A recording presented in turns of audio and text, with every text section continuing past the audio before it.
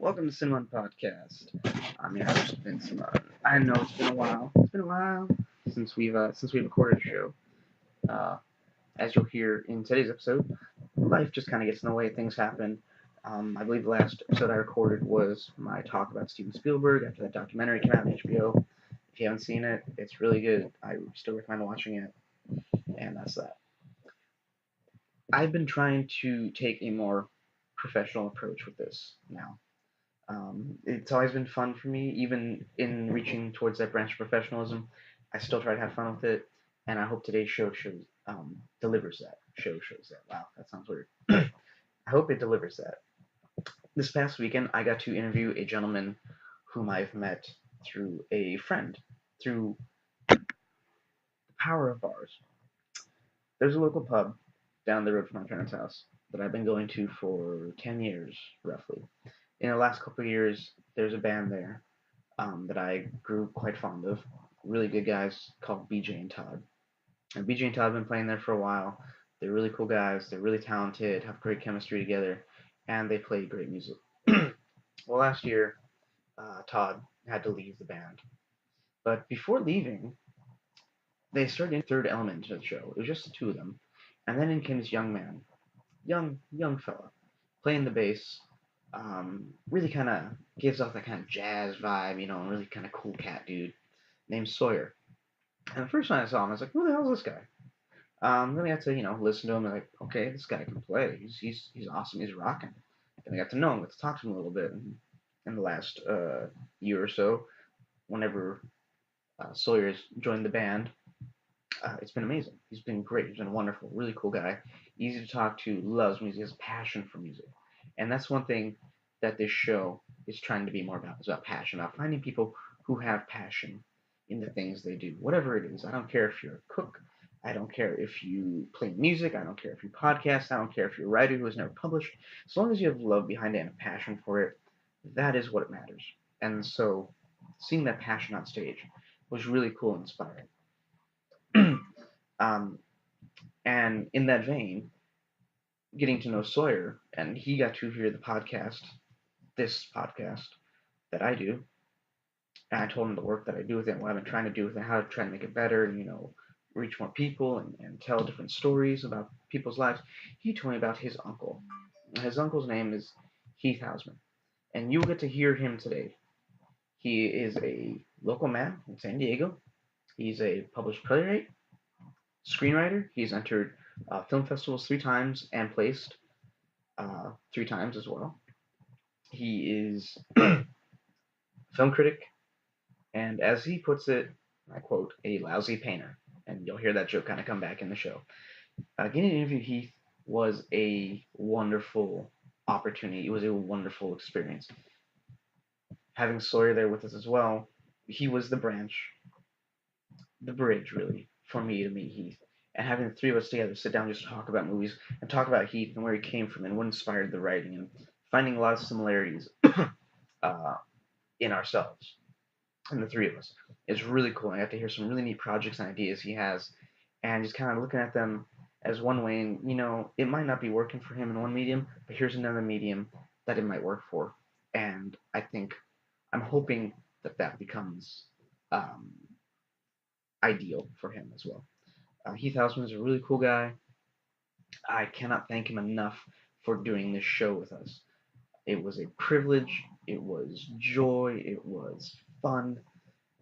And if you'd like to know a little more about Heath, he'll tell you at the end of the podcast as well. But I'm going to tell you here now. You simply visit his website, heathhouseman.com, HeathHousman.com. There you can find his published works of plays, screenplays, and see what he's up to now. Really easy, really cool guy. Nothing like sitting around, having a couple beers, and just talking about stuff. And that's what the original thing of this podcast was. Sitting around with friends and talking about things that we're passionate about, that we like, that we love. And that was this episode, I think, in its purest form. So, without any further ado, I would love to just let you hear the show, because we didn't start this as a traditional show. The reason I'm recording this intro is because I did not record one when we originally recorded, because I'm an idiot. We simply started talking in the kitchen, moved over to the table where the computer and the microphones are set up, pressed record, and we were just chatting. So I never got to do an intro for Heath. So this is my introduction for Heath Houseman. Heath, again, thank you so much for doing this, and I hope you enjoy the show. On a sidebar note, there was a couple problems with the microphone that I found later. I do apologize if there's some audio jumping or issues where you cannot hear things. I am going to try to start saving to buy a better or secondary microphone to throw in as well with the main microphone for the show. But again, I hope you enjoy the show. It's really cool. Leave your comments in the comment section. If you have not subscribed to our page on YouTube, please do. You can also find us on Facebook at CineMunn, CineMunn. Also on Instagram, same name, same spelling. All right, kids, enjoy the casted pod. Yes, it does. If you ever want to look something up. He's got the tablet. Sawyer's got the tablet ready, so that's your tablet. He's ready to go. He's all geared up, ready to go. All right. I'm excited. I've been ready to podcast for something for a while. Have you? Yeah. That's good.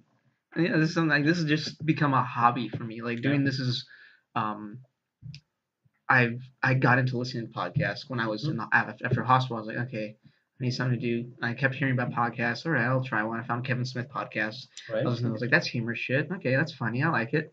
And so I started listening to all of them. I was like, and every show he's like, yeah, you can do this too. You all you need is your friends and a microphone. Just talk about whatever the hell you want. I was like, all right, that's a good idea. Yeah. So I got some friends. We started talking. We originally started just like a movie review show. Like we talk about movie news and whatnot. Here's what's going on. What's on Blu-ray. Hey, this is coming out this weekend. Go check it out. Let us know what you think. And then slowly evolved into I do reviews, and I've done 1 or 2 interviews here. And now having you here has been my third interview. And I'm really excited because I'm trying to get more into that type of professional telling stories that people don't hear. So it's like everyone, we look at a film, you watch anything like The Circle, first thing that pops in your head, oh, Tom Hanks is in it, oh, Emma Watson's in it. Who wrote it? I don't know. Who was the producer? I don't know. Who did the music? I don't know. I want to know who they are too. Right. So it's like these are stories. Who did the concept? Who designed the logo and I don't know. Okay. Well, I want to know that person. They're just as important to me as Tom Hanks is in this film. So that's where I kind of started to get into it, and so it's a lot of fun. May I ask what you said? Hospital? What were you in the? Oh, I had a hernia. Okay. Yeah, it was awesome. Been there. Then I couldn't work. Then I could not work for like 6 weeks. Yeah. They're like, you can't work for 6 weeks. Oh shit. That's what I do. I get cabin fever. Right. So flying around, I was like listening to stuff all the time. As soon as I could go out and do something, I went upstairs and started working out a little bit in the gym. I started getting into this. Bought the microphone. I had a different laptop. That one popped out on me. So I got this one. I was like, okay, I'm gonna have one just for that. That's all it's gonna be for podcasting, for pictures and music. That's all I do on here. That's it. Rarely comes out. This hasn't been out in months. I haven't done a show in a while, just because I went through moving and things like that. Yeah, life gets in the way. It gets in the way. Life gets in the way, and it's so annoying. Yeah. But I did get into writing. I have been actually writing more reviews now, so that's been nice. I've been published a few times, so that's been nice. So it's like, and then Sawyer told me that you've been a film reviewer. You were you're a screenplay writer, a playwright. You a little bit. So he's upselling. He's like, all right. But it's all honest and not. What my favorite one you said was I think it was in quotes. Lousy painter. No, it was him. I said to you, I asked him the question, and then I just sent it, and then I added a couple things, like you placed the Boston Film Festival. I did, for 3 years in a row. What's that? What with what? What 3 screenplays. 3 screenplays. So let's see. The one I entered 3 years ago was Killing Santa.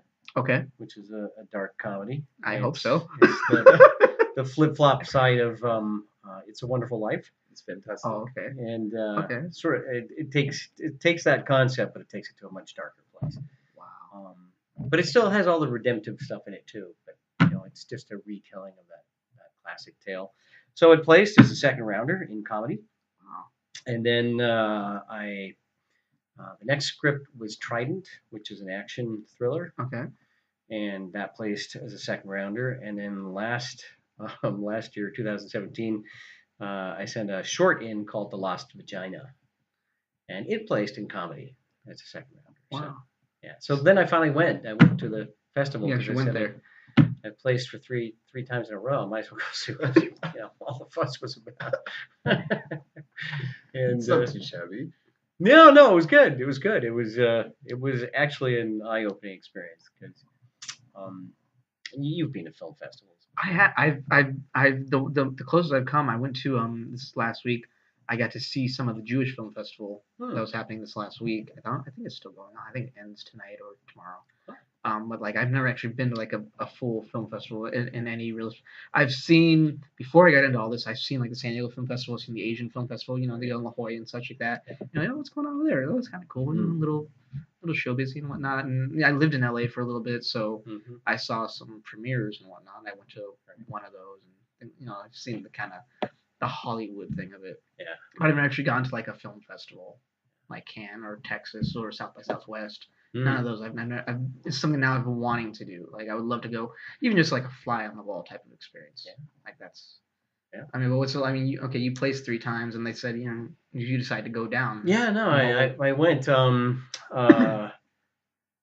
know, I just wanted to see if it could really do what you think film festival can do, or at least the Austin Film Festival, because sort of the Austin Film Festival is kind of, it's considered, you know, one of the best it's really one of the more premier ones of the film festival. It's really respected. Yeah. You know, you got like for screenwriters, it's all really about writing. At least the first 4 days or so of the festival, it's just about screenwriting, and it's for screenwriters, and they have all these different contests for writers. So the idea is you send your scripts in, and then if you place or you win, you know, you get certain levels. There are certain levels that you attain, and you can talk to certain people in the business, you know, agents maybe, lots of other writers, and network. It's really all about network. I figure a lot of it's all networking and just like meeting people. Hey, here's my name, my number. Right. Call me. I got an idea. So I like your writing. What do you feel I do? Could you write me something like this? Here's my card. You know, let me know your thoughts. Okay. So that's what it.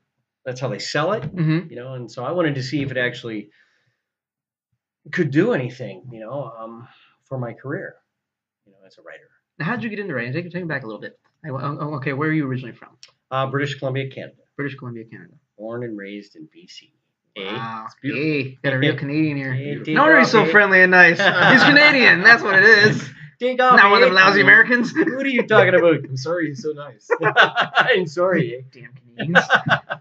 Their manners. I'm sorry, I'm bleeding on your carpet. I don't mean to. Okay, so yeah. So born and raised in Canada by South African parents, because my mom and dad came from South Africa, and the reason I started writing and wanted to get in the film industry and theater, you know, also into that, but is really because my dad had a lodge in Canada, in Whistler. Okay. If you've ever heard of that, I've heard of it. I don't think I've ever been. They did the Olympics, the Winter Olympics a couple years back. Yeah. In Whistler, Canada? Yeah. Okay. It's a fantastic ski mountain. Is it? Yeah, and it's one of the best ski mountains in North America. It's just fantastic. It's a beautiful place. Beautiful place.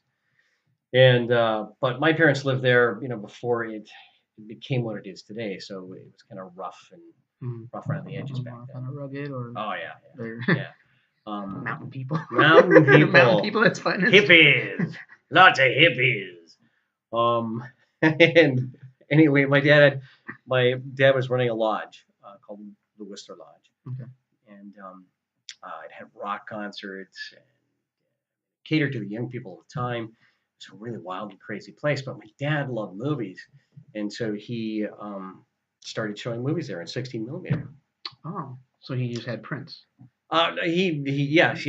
And he ordered them, and nice. He had 2 16 millimeter projectors, CinemaScope lens, you know, and he'd actually put the cameras on the bar, and he got a big screen, you know, because the lodge was large, and he'd show movies sometimes twice a week, and so as a child, I grew up in this wild, crazy place. But I was watching movies. We didn't have TV or anything like that. I mean, we had a TV, but we didn't get any reception. You know? Just snow. Just snow, yeah. Because we were far enough north, get a signal. Get a signal. And every now and then, we'd get something, but it was pretty rare. So movies was kind of my thing, and I just loved them. I just fell in love, like my dad, with movies. So I started writing in the second grade. I started writing my own plays and directing them. Wow, so you start really young. You knew that's what you wanted to do. I did actually, it was acting too. I wanted to do it all. I wanted to act, write, direct, do it all. So, so I started writing stories and plays, and it just kind of went on for many years. I went to school. Did you have teachers who looked at your writing? Like, were you a theater kid in high school? Were you doing plays in high school as well? Like, along with your writing, were you doing like, pre-scripted like Mammoths and things like that, or performing at all? I didn't do a lot of stuff in school because my academic history got kind of messed up. It's a long story, but the nutshell is, it's tough when you move across a border. Right. Yeah, that's true too. Moving to the States was an eye opener. But I didn't do a lot of it in school because my parents moved around a lot, and they also had some financial disasters. Like the big one was they had a motel in Tucson, Arizona that blew up. 16 units went sky high. Oh wow! Nobody was killed. It was amazing, but it destroyed the business and destroyed them financially. Oh, wow. And so that really affected my schooling. So I didn't do much in school, but I was really busy. I was busy with my church because I went to church, and we were always trying to make movies. And so I was always writing, and they were science fiction or horror or whatever, But I had this small group of friends that were really tight, but we didn't go to the same schools. So we were always doing our own stuff. We made horror films. They were really into makeup effects. So we created films like we chopped up people's axes and ripped out their intestines. Like, oh yeah, it was Dead going on. Yeah. Like Sam Raimi over here. It was great. It was so much fun. So that's kind of where it led to, and then I finally went to school and I got a BA in theater. Did a lot of acting, did a lot of stage work at that point. I went to the American Academy of Dramatic Arts. Oh my God, so did I. Did you really? I did. I did a year. I did a year too. I went when I was 18. Piss off. Pretty much, yeah. well, I didn't quite say piss off, but it said, we regret to announce we will not be bringing you back in for our second semester, second year, something like that. And I think that their issue with me was my diction, my pronunciation. Was like, and even one teacher straight up said to me, your voice would be good for film because you're a low talker, a little bit of a mumbler. Your enunciation can be better and things like. I was like, okay, well, thank you. Fuck you. It devastated like me, that, man. but I was heartbroken. Like I got the letter. My parents went home, and a friend of mine, she was over. I didn't want to open it, so we put the envelope up to light to kind of read it a little bit, and I can kind of see it. I could see you said, we will not be. I was like, God. So we just opened it and just read it and like, okay, that's done. Yeah. But I went to the LA branch. Yeah. I was actually just up there last night. Actually. Oh. I almost went by there. It's like, it's so different now. It's weird. Yeah. Well, for me, that was 2005 when I went there. So it's still 13 years. Yeah. It's been a while. Yeah. Time just goes. I know. But it was heartbreaking for me too, because I love to act, and I really kind of felt like, hey, it's starting now. Things are starting to roll, and because I did a year of college, and then I said, maybe that's not for me, and then started auditioning for acting schools, and I got into that one, and so I really thought that was it. That's the moment, and then it just died, and he was like, "Oh my God, what do I do now?" right, yeah. So, but I kept on acting. I did not. I came back. I was living in LA by myself in this little studio apartment, and when I didn't get back in the next year, I was like, okay, so I packed all my shit up. I moved back home, back down to San Diego, and I got into. I went back to my old job, which was catering, and so I was like, I'm pretty good at this. I've been doing this for a while now, and I got into catering. I got into food, and so I went to the Art Institute down here in Mission Valley, and I got a culinary degree. which I mean, it looks good on paper. It's really not needed for a career in that industry. It looks good, but it's not necessary. They care more for experience than they do, what you know. So ultimately, it's been a little bit of a shot in the foot. And while I haven't actually performed anything in quite a while, I would still do like character work. I still work on character voices and such, and just for my own entertainment and amusement, and just the hobby of it. Yeah. Just because I like doing it. Like you love it. For that time when I was out of the hospital, I couldn't work anything. I started working on Adam West impression for some reason, just because I started watching old Batman. I was like, okay, I can do this. Well, so I do, and I got into that, and I was like, I thought about doing like voice auditions and whatnot, and then that led into podcasting. That kind of led me here. And while it's always kind of bugged my parents, how come you never got back into acting? You should be an actor. Oh, you're such a good actor. You're so good. It's like, yeah, I enjoyed it. I had fun with it for what it was, but I prefer this now. I prefer talking about it than as opposed to doing it. Like, doing it is fun. It's a great thrill, but this gets me more excited. Yeah. So, but that's me. Yeah, no, I still love acting. I haven't done it in ages. I did the last stuff I did was improv up in Colorado. I was in an comedy improv group called Caution Slow Children at Play. And, oh wow! And it was great. We all met in college actually, because I went after. Which town was this in? This was we met at Western State in Gunnison, Colorado. Okay. Because after my heart was broken by the Academy, damn them all to hell. I kept on acting. I was gonna say this thing where after that I was heartbroken, and I was trying to figure out what to do next. And I was in Estes Park, Colorado, and that's where the Stanley Hotel is, where Stephen King wrote The Shining. And they have a theater. And really? Yeah. And at the time there was a theater group there, a professional group, and they were doing some plays, and they were doing Line in Winter. So I auditioned. Oh, wow.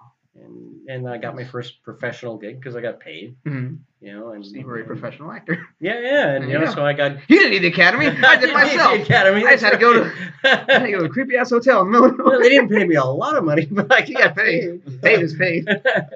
And so after that, I said, well, I need to go back to school somewhere.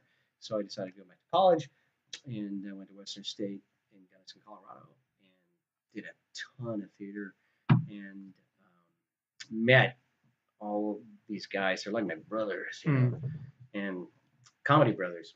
And we formed this group, or my friend Tony Molinaro was the founding father of Caution Slow, and so we performed it at school, and we opened for Jamie Foxx and wow.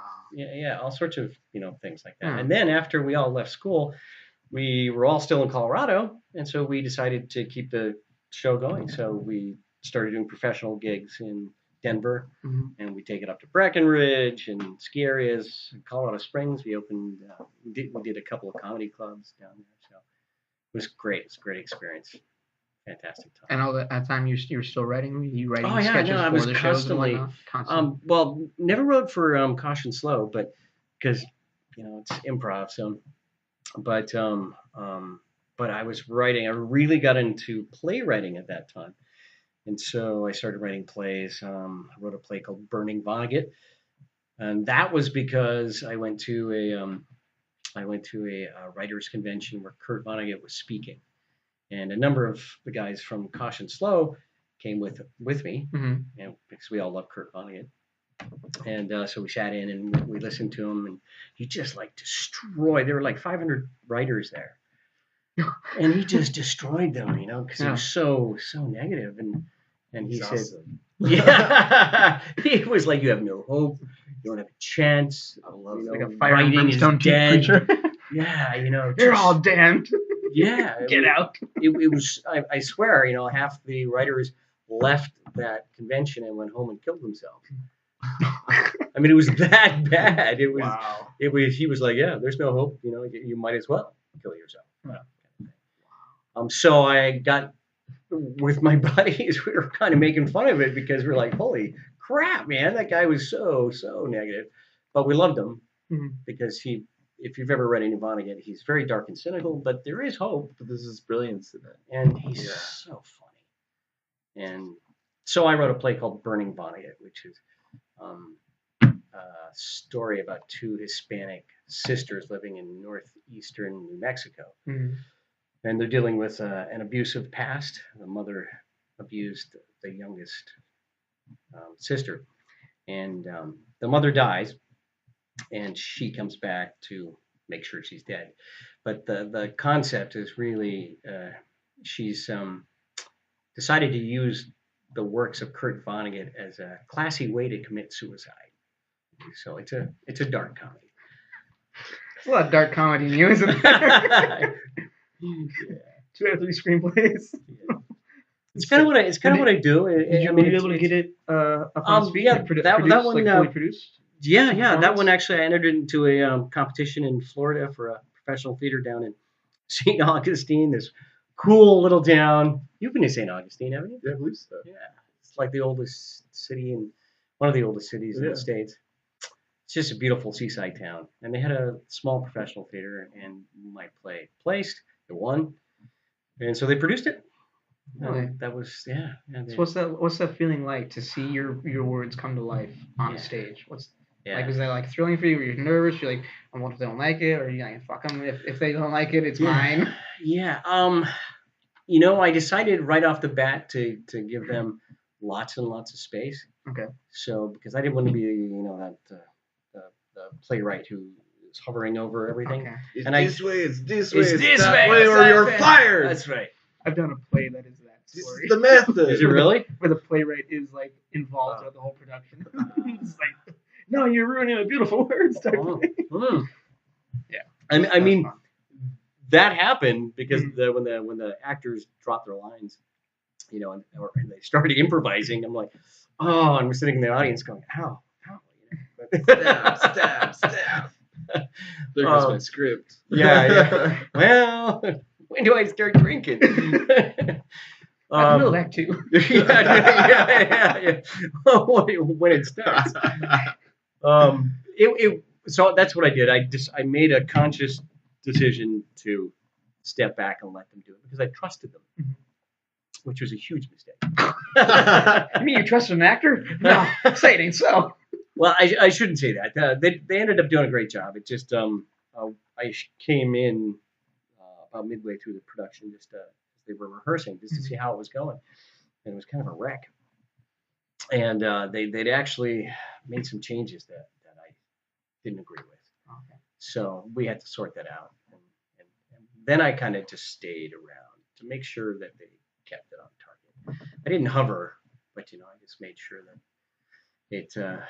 it was true to my vision. An objective to the story. Yeah. And then finally you saw it, and then it was great. It was awesome. It was just so cool to see it and to hear it and to get the audience reaction. I think. I don't know. Yeah, imagine as a writer sitting there watching an audience react to your words. It's gotta be like a fire in your belly type of thing. Like, oh my god, yeah. Like, does that spur you on to do it again, or it's just like, okay, it worked once, it can do it again? Yes, type of thing. Yeah, absolutely. It's I love it. I deeply love it. It's a passion for me that it satisfies me. It's what I love to do. So I would like more of that to happen. I've had a few plays published now, but I haven't seen them on the stage, and I'd love to see that. And as far as the screenplays go, they're placing in these contests, but that's about as far as it's gotten. So, wow, one day, we're working on it. Yeah, we are working on it. We figure, we might as well start trying to make it happen. Do something small.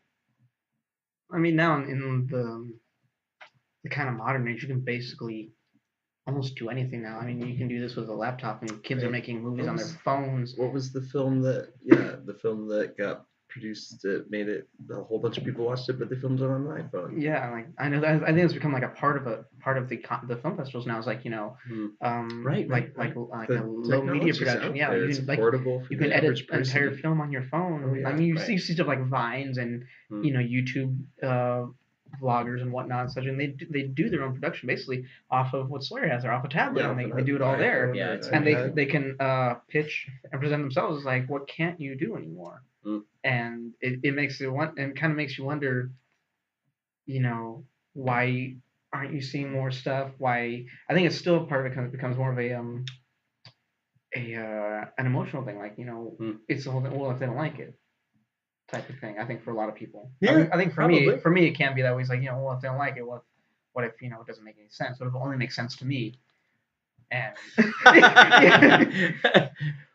I've had people. Let's see, what play was that? I wrote a play called Dark Ages, which I actually produced in college. So I wrote it, produced it, directed it, and it's a dark tale about Hollywood, and actually it really fits into what's happening now in Hollywood with all the allegations and everything, right, the sexual scandals and stuff. But it's a tough piece. It's really risky, and anyway, I produced it back when I was in college, and I've since rewritten it and updated it for today because I think it really applies to to the times and Hollywood and all that. I brought that up for a reason, but I can't remember why.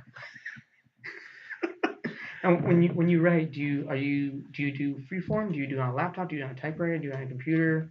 Is it like, if it just comes to you in the middle of the night, do you pop awake and you take your own notes, just for like, hey, it's an idea, I can't jump on it right now, but I'm gonna jot it down just in case it comes back to me later? Yeah, if it hits me at night, a lot of stuff comes to me at night. If I don't get up and deal with it right then, it's not that I forget later. But it's the muse is there. It's happening. So you might as well get up, and I'm not going to go to sleep anyway, right? Because I'm going to be thinking about it years later. Yeah. Right. So you might as well just get up and do it. So, but I've always been pretty solid, pretty consistent in my writing. That I always seem to find time to write. I make it happen because I enjoy it. This would be like, you playing the piano. Oh, yeah. As a musician, I can totally relate. It's right? like something will pop up to me in the middle of the night. It's like, you gotta I have to go find a guitar right now. Yeah, otherwise, I'm it's going lost. to wake up in the morning and feel upset because I had an idea and missed it. Right. Yeah. Yeah. It calls to you. And it's so satisfying to do, just the act of sitting down and writing out a piece. I imagine it's so similar to writing out a script or something like that. Just finding the workings and the story and making the whole labyrinth work out. Right. It's so satisfying. I love it. Right, and I think the reason I brought Dark Ages up is because we're back. We're back. Was because you asked about how I write, or do I outline it or whatever. I usually know where I'm going and what the plot is. I mean, the basic concept. I know what it is. I don't really outline. I'll do a treatment or a beat sheet for the screenplays. I don't really do that when I write a play, but I do that for the screenplays. Because the formats are so different, and they're two really different mediums, different beasts. Yeah. But then once I start writing, I know where I'm going, but the writing takes over. The characters start to form, and they take it where they need it to go. I don't. A good example would be I was writing a play called Skin, and Skin is set in the not too distant future, and it's after the Third World War, and there's walls built up on the southern border and on the northern border, and America is basically. It's all the countries in all the world are sort of doing this similar things, but they've because of the war, they've used up all the natural resources, and so they're getting desperate now. And so the latest natural resource is skin, is human skin. And in America, the white power elite controls everything. So if you're not white, you're going to be hunted for your skin, and they like surround the cities with like Denver's got this giant wall around it, and they throw the people in Denver, and that's where they keep them until they need them, and they pull them out, and then they skin them basically. So the story is about these freedom fighters, trying to get some stolen crates of skin and a number of people that they've rescued through the Underground Railroad and up to Seattle, which is part of British Columbia, Canada, because it's seceded from the States. Anyway. Wow. They took Seattle, no! Yeah! But it's funny, you predicted that one. That one hard. When did you write this? But a great example of my writing, what I do is at the end of the second act, one of the characters gives a speech, and then she pulls out an M16 and aims it at all the other characters and pulls the trigger. And that's how that first act ended. And I didn't plan that. It just happened. It happened naturally. The characters. Well, you just listen to the characters as they're dealing with the situation, and all of a sudden it's, this is her reaction. Right. Now, if I didn't like it, I could have said, that's not going to work, and then I would have changed it. But it worked. It was great. So then I had to figure out how to start the second act, because it looks like she's killed everybody. But it turns out not to be the case, of course. But that's an example of trusting the character to do what the character needs to do. So as a writer, I do that, and I just kind of let it go. But I think that's pretty natural for all writers. I think you agree that when you're writing, you've been writing long enough, it just, you have all this intuition that you just kind of sense it, and it all starts connecting and moving the way it should. So, at least I think so. But when you write, do you know when you start that you're writing a play? Do you know that you're writing a screenplay? Like, do you differentiate between? Have you ever had one fold into the other? Like, this sounds better. This would be better on stage, or this would be better on film. Type of, you think it sounds better if it were in this medium as opposed to that one? Have you ever had that kind of cross midway through when you're writing? Like, you know what? This doesn't seem this has a little more grandiose to it. That it could be better on film than it would be on stage. I think I've thought of it, if I had an idea, and maybe I said, maybe I wanted to start it as a play, and then I hit the brakes and I went, no, this would be better as a film, it's more cinematic or whatever, or the reverse of that. This is better for the stage. Like Dark Ages is a stage play. It'd be really difficult to transfer that to film. It's just not that kind of show. It's really made for the stage. You could take Skin. I think that would transfer. I think just the way you're describing, like, really sounds like well. Like an amazingly dark film. Like the way you were telling me, I'm seeing it in my head. Like, okay, so I'm seeing like Denver with this giant wall around in my head. And it's like these like. Then you say throw them in Denver, like literally seeing it, like, it's pitching people over a wall. Yeah. Maybe that's just like vivid imagination. No. I mean, that's how I see it in my head. Okay. And I know if I wrote that as a screenplay, it would really expand. I mean, the play only focuses. The set never changes. It's in the middle of the southern Arizona desert, and it's just a tent and these people trying to survive 2 nights. Basically 2 days, and so that's all the play is. It's character-driven piece, but they talk about all this stuff that's happening all over the world. So as a screenwriter, you could just run with that, right? You could show Denver. You'd show what's happening in the world. You can do all the dramatic camera cuts to the action. Yeah, like an over narration where you're showing it, but you're hearing it at the same time. You need the opportunity to pursue a second character group or something like that outside of Denver. Like it's one way to open up a writing process. I mean, they talk about their adventures or their misadventures, where things went wrong, people were killed. So we don't see that on the stage, but you could show that, in film, and sure. I've actually entered that into a couple of contests that are kind of new, where they're saying if you've got a book or a, geez, what do they call it? I think they call it book pipeline. Book pipeline, I think is the name of the contest. But you can also use a play, and they read it, and if they think there's any merit to it, and if it could transfer to film, well, then who knows? Have you ever looked into writing, like taking, like, okay, it's the concept of skin, pitching that to like a publisher like IDW or Wildstorm who does graphic novels, or have an artist see it? You haven't actually. No. That's what I was just thinking. I've thought about it, but I haven't actually done it. I don't really quite know how to.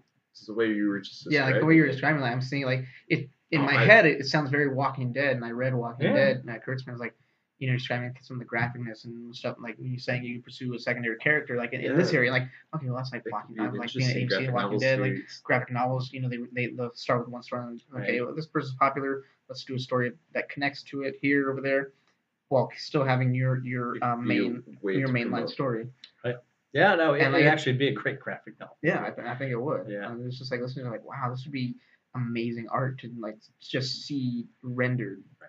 It's a cool universe to pursue and develop. Yeah, and it's really politically incorrect. I mean, it's charged in a lot of ways, and it's going to make a lot of people uncomfortable. Well, that's kind of the purpose of art. A lot of graphic novels that I've been reading nowadays that are contemporary are just like that. Yeah. They press all the social boundaries. Yeah. They're not PC. Right. And they're cool. They're dark. They're science fiction. Yeah. It's neat. That's one of the things I do as I want to do as a writer. Is I want to break stereotypes and stuff like that. And I was thinking this way before the PC movement really took off. Like in the late 00s, I think is when it's firmly entrenched now in the colleges and universities across the country. Social justice warrior stuff. And I mean the stuff they're doing with speech on campus now, and safe spaces and trigger warnings, to me, that's insanity. And I think it's really dangerous. But I was thinking, before all that stuff erupted across the country, I was like, we don't want to go that way. And I want to write in a way that challenges concepts like that, because that's all about power and control. And I want to also crash stereotypes and stuff like that. So I was always, writing, strong female characters and things like that, because my experience in life is that you encounter all different kinds of people, and men, women, whatever, and they're interesting, and it's not like how Hollywood is, because for so many years Hollywood, made films with white leading actors, and you never saw like a white guy and a black girl together in movies, or like as the heroes, because you just never did. I'm hoping that's going to change now. I think maybe Black Panther. I saw Black Panther on Tuesday. Yeah? Yeah, I did. I went up to a thing for it last night, actually, in LA for an artist panel. I know some of the concept artists who work there at Marvel Studios, and I go see them, talk to them. I'm hoping to do this with them one day. That's my goal. Wow, that'd be cool. That'd be really fun. But what do you think? As for what it's trying to do, as it's speaking to the Black community specifically, it's succeeding. I think that's the big thing with it. I'm hoping it changes the mindset of the Black community in the way the characters are presented. You have the nobility of someone who's a king, who also has the burden of carrying on their father's legacy and things like that. So that that's something relatable from fathers to sons and sons to fathers, whatnot. So that's a nice thing. You have your antagonist who comes from outside that world, who wants to be part of it and feels it's their birthright to be there, but who is looking at the value that it gives, and like there's the technology, there's the loyalty of it, and wants to use that in a dark way to kind of, I think as he puts it, kind of even the odds in the world, so the Black community can rise up and take down their oppressors, and looking at it that way. And it's presented in a very real way. It speaks to the times. My only fear with that is that that's the message that's going to be taken away from the film. It's not the message of of unity. It's not the message of taking care of each other. So you're afraid that the message of revolution is what's going to stick out more. What's going to stick out. Yeah. But I meant overall as a film, it's good visually. It's striking. It's beautifully done. It still follows the beats of a comic book film, especially of a Marvel film. It still follows the same beats. You see like, okay, yeah, I saw that in Iron Man, I saw that in Doctor Strange, I saw that here. Right. But that doesn't really take away from it. It's still a very fun movie, and it's one that is I think needed now. Mm-hmm. And I think the success. I mean, talking to the theater owners yesterday at the ArcLight, they're saying, yeah, we hit our projected sales at like this afternoon. Right. And I was there at 9:00 at night. It's a monster. And I just looked at the marquees, like 13 theaters, all playing Black Panther. Yeah. All the theaters just playing it. That's the only thing playing there. Yeah. I said, wow, this is gonna blow up. And I think they're. Well, let's hope it does something good. I'm hoping it does do something good. I'm hoping it speaks to that connection again of loyalty, of unity, as opposed to revolution. I'm not saying revolution isn't good, but I think even looking back at Martin Luther King, the revolution should be done in love. Right. Even. Yeah. I mean, that's a message with King. I mean, after all the violence and all the betrayals in the story, the ending it's pretty bleak. Mm-hmm. But there's this push for, hey, maybe they're gonna make it. Maybe if they can put all this other crap aside, we can unify. We can overcome all this stuff. Yeah. So, yeah. So that's how that's kind of what I write. Been doing that forever. A lot of the things I've read of yours, it's very common that it's dark, humorous, but it's very real, and there's always some, not always, but there's oftentimes redemption. But there's always a serious transformation for sure. Transformation's always in there. There's always some serious moral value that I pull out as an audience, and it's like, I mean, you get these moments where it's just so absurdly awful that you're watching this and you're laughing and you think, wow, why am I laughing at this? Yeah. That might be the response to uncomfortableness. But then there's also like there's all of that, and then it's got this artistic beauty behind it to where it ties up at the end, and you go, wow, it was completely necessary, but it was so bad. Yeah. Well, bad stuff happens in life, life is beautiful, right? There's intense beauty in life, but it's geez, man, it's a horror show. It's lots of pain. Life is a horror show with intense beauty and goodness. But when I did Dark Ages, at the end of that one, there's a crucifixion scene, and this is after the tap dancing and the blood, and after they crucify him, they sing "Hooray for Hollywood," Wow. And that I was there watching in the audience, and the audience was uncomfortable, but that's the purpose of it. Years later, I had in Florida. I lived in Florida for a while, and I was part of a really great group of people called the Playwrights Roundtable in Orlando, and they bring in amateur playwrights and professional, and try to get new works produced, and it's a process of nurturing the writer, and working with them and making work better. Finally, you might get a production. So it's a cool group of people. But I entered Dark Ages into it to see if they could take it somewhere, and they had a reading board of professors and whoever these people were. That's one of the tricky things about reading boards. You never know. Is the industry people or is the university people? And some of them, in acting school, some of the teachers I remember, were angry teachers because they were teaching acting and not, making it doing it themselves. So there's a little bitterness, and I encountered that at the academy, and so I encountered that with the reading board, and they wrote back. Now I used to actually write professional critiques. Did that for the Los Angeles Theater Center, and I would get new plays, undiscovered plays by unknown people, and I would read them. and then I would write a critique, Mm-hmm. and I was taught how to do it. So you're nurturing the writer, even if it's a terrible play. You want to encourage them, right? And you pull out the big guns at some point and say, okay, this doesn't work, this doesn't work. You need to surround that with the positive. Surround that with the positive, Right, and say, because you don't want them to stop writing, but you want them to be a better writer. You don't want them to, after they read your critique, walk out in front of a bus, right? Yeah. Because that could happen. Yeah. So some people are that sensitive when it comes to their work. It's understandable. Yeah. No, yeah, especially if they're like novice writers.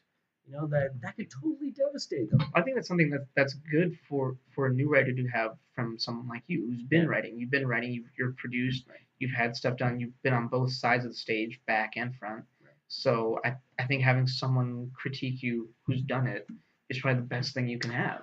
Yeah, and yes, because the reason it's that's good is because I've grown a thick skin to people not liking my work.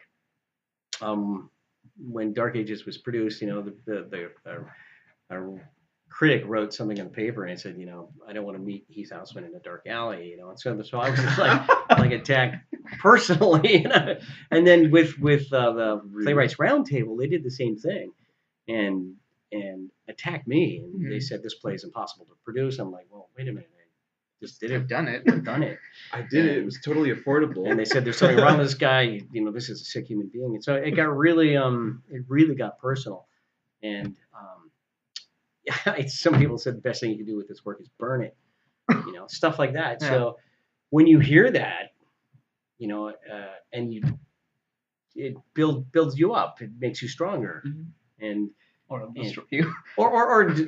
It could destroy you. It didn't destroy me because I believe in my work, and I love it, and I'm happy with it. I like that's really key right there. Yeah. That's really key that you are happy with your work. Yeah, I like it. Regardless of what happens, that you are happy with the work. Yes. That's a big thing that I think a lot of people don't get. Yeah. Especially in this industry of creating art for artists. Like I've seen Sawyer. I watched Sawyer play, and this guy's a huge inspiration. You told me the other night when you guys played last weekend. It was a smaller crowd. You like the big crowds; they're a lot of fun. But the smaller crowds, it's always fun to sell the place out. But it's really, really cool. But I've seen you play with both types of groups, and all you see is just joy.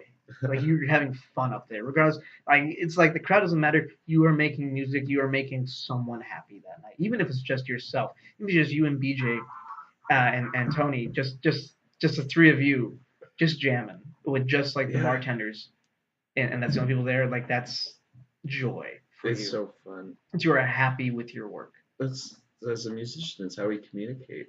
It's a form of language between us, and then the fact that we find other people that like to enjoy it is just amazing to me. Like I'm blown out of the water every time someone is just sitting around to listen. Yeah, I'm confident in that regard. In regard to my work, I have a lot of people who don't like my work. It's understandable. And maybe I suck. Maybe I'm, maybe I do, but I don't think I do. Mm-hmm. And I'm always happy to get critical advice to improve my writing.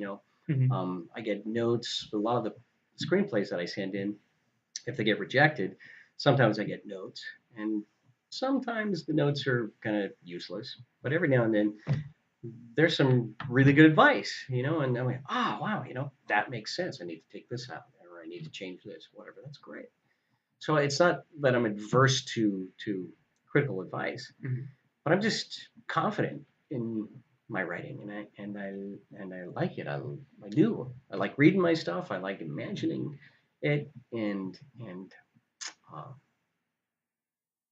so it doesn't matter if somebody hates it, because I'm like, well, at least I got some kind of reaction from you, That's what it's all about. You're not going to forget it, not right away. So, you have to be happy, but at the same time, I've had lots of writing profs tell me, teachers say, the what's the old adage? That you finish your script, you got it done, and you should be proud of that. And yeah, that's awesome. Woohoo! Like that's it, right? Yeah. But that's not it. You That's step one. That's step one. You never write that hit song, take off on the charts, and then you're good, right? Right. It's not that There's so much more work. What do they say? you need. It's not about needing. What's the word? It's not that you need people to acknowledge that you're a writer. It's just that step one is finishing the script. Step two is getting it produced because selling it because that's what it's meant to be seen. Stage play isn't meant to be read. Stage play is meant to be seen and heard. And same with a screenplay. Super cool that you finished it, but you got to get it produced. Yeah. Right. Yeah. And I think as me, I'm never going to be satisfied until more of that happens. That it gets produced. So that's a drive. It's got to get produced. And that's why you keep doing it. That's why I keep doing it. Now I got to get more published. I've got to because it doesn't make sense to say, "Yoo-hoo, I finished it," and then put it down there and it gathers dust and nobody reads it. I want it to affect people. I want it to move them, in some way. Make them laugh, make them cry, whatever. Make them think. Make them uncomfortable. Yeah. Make them think about stuff. So I'm not satisfied with just finishing the script. It's all very poignant to me. Yeah. as a young developing musician, it's just like, wow. Yeah, it's like writing songs and just tossing them under the piano bench and leaving them there. And right. What's the purpose of a song? It's to be heard, right? Yeah. I mean that's not. There's other purpose too, but for you because it came out of your heart or whatever. But in the essence, it's supposed to be heard. And why would I sit down and spend a month working on some piece that's 16 minutes long, and I spend all this time and it's just tucked away, and that stuff should be heard. I think Emily Dickinson, the poet, most writers aren't like her, where she wrote lots and lots of cool poetry and stuck it in a box, in the attic, and then she died up there all by herself, and never, but she was cool with that. But I think apparently she was. But I think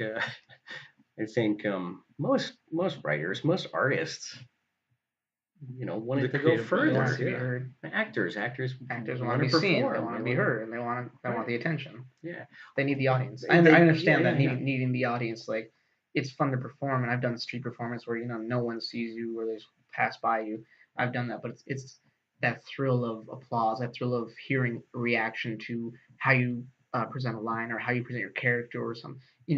If you're doing your job right, you are still keeping the audience's eye even while something else is going on, because you are letting everything about the show affect you to the where you're keeping attention. Yeah. And like hearing that reaction, good or bad, is what you want. It's having the reaction. It's not enough to just do the audition, go through rehearsals, and you do like a dry performance just for the cast and crew. Right. You want to fill the fucking house, man. I want people to see this too. Yeah, I'm wonderful. Nice. Let me show you. Come on, watch me. Type of deal. Yeah, I think that's part of it, but and maybe that relates more with acting, because actors, it's that whole need to be seen and all that. And actually, I really miss that. I miss it too sometimes. It's so fun just to be up front. Yeah, it is. It's a blast. I think it's good for my mental health, because I get stuff out. Like when I act, I get stuff out. So for me, it's kind of like therapy. So I kind of miss it, because it's a form of expression. Right. Yeah. Getting pain out or whatever. I think maybe writing is that way too. Of course. I believe writing is. Yeah. I believe that in a lot of ways people work out a lot of their demons and a lot of their own issues, or they get to play in a pool they don't get to play in. Like, let's say I write a character who's black, I get to play in that world, or I get to play in I write someone who's white or who's female or who's transgender. I get to play in that world and see what that's like in a way through that character's eyes, and I get to experience it not only through the words I'm creating, but also emotionally. Like, how would I, like, here's the thing I present. How does it feel now that I am this person? What type of world is that? And I get to step a little more into their skin, so to speak, and be like, fuck, this sucks. Yeah, but it's fun. This is great, but it's fun. But it's fun. But at the end of the day, you can still, once you're done, you can still save the work, close the book, and you are still you. And you're fine. That's it's always bothered me when I hear actors and writers too, talk about the struggle of acting, and it's just so much torture. And I've always just said that's baloney, man. Because go with another job, right? There's someone who really wants to be actor, angst, or whatever, who wants to leave themselves behind to become a new person for just a little bit. How cool is it to be doing what you're doing? Oh yeah. And I mean. Yeah, it's exactly it. You're becoming these characters. You're trying out. Somebody said to me, this funny thing. They said, you haven't been very successful in life. And I said, well, I'm very successful in living. I'm just not very successful at making a living. And which is true because I really suck at making money. Kind of goes with the creative career. It is. I understand it really. It really is. I was reading a book once. I think I read a quote like, if you're looking for financial stability, get out of art. Type of thing. Like, if you're looking for financial stability in life, get out of art, because it's not. And that's the thing I think a lot of people don't get, because they only see that first layer of it. Like, they see the glamour, the glitz, the premieres, the film festivals. Oh my god, it looks so cool. They must be so wealthy and whatnot. And then you hear like some of them, I got an Oscar nomination, but I'm still living in my car. Right. And type of thing, or like you say you're not that good at making money, but here you've produced plays, you've had your work done, you've performed, you've pitched yourself, you've sold yourself, and you've played, you write, you do your own thing. But I do this. But I loved it. I like, if I could do this the rest of my life, I would. But I work in a restaurant. I'm in the back. You don't know who I am. I make food. You don't know what the hell I touched or whatever. No, I don't mean it in a bad way. You don't know what plate I made. I could have made your food. I could have made the food that crossed right in front of you. Restaurant? No, I'm just kidding. We're closed. But I mean, like, doing like this for me, like you said, with writing, it can be therapeutic. It can be good for me. Like, this for me is good. Like, I get to talk to people who are just as much into art, who love music and film and theater just as much as I do, and I get to talk to them about it. And it's therapeutic for me. Like, this is a natural high for me. Really? Like, having a beer with somebody and talk about this for hours on end, that's a high for me. That's a great day for me. Like, this week sucked, but Saturday, let me tell you about that. Yeah. And like that's what it does for me. Even like when you guys play, like, I can't wait for those nights. Like, I see the thing. I'm off. The same way. Yes, I can't wait to go. I'm the same way. I'm looking at my schedule. I'm like, 3 days before the next really good rehearsal. I got two things I don't want to do before that, but really good rehearsal. And that becomes the high. Is doing it is what's the best part of it. And if you get more from that, like if I get an audience who listens to this, that's like the cherry on top. Yeah. For you, sure. I mean, you get the writing done. Yes, you've pitched it. You get to see it done on stage with the budget behind you. Like, that's it. Yeah. Yeah, so I guess how do you define success and all of that probably comes into it. I think that can also be a little bit of a generational thing. I think, like, for like an older generation, grandparents and parents, for them success is, it's having your family, it's having some financial stability, it's having your home and things like that. And for me, it's, at least to me personally, it's being able to do what I want to do. Right now, I'm like, so I'm working in a restaurant. I'm doing what I have to do so I can do what I want. Right, you're not defined by what you do in the restaurant. That's not what defines you. That's what you do to make a living. Myself. Yeah. But this defines me. Yeah. It's the same with my writing, and I mean, even acting, although I haven't done it in a while. Or even painting.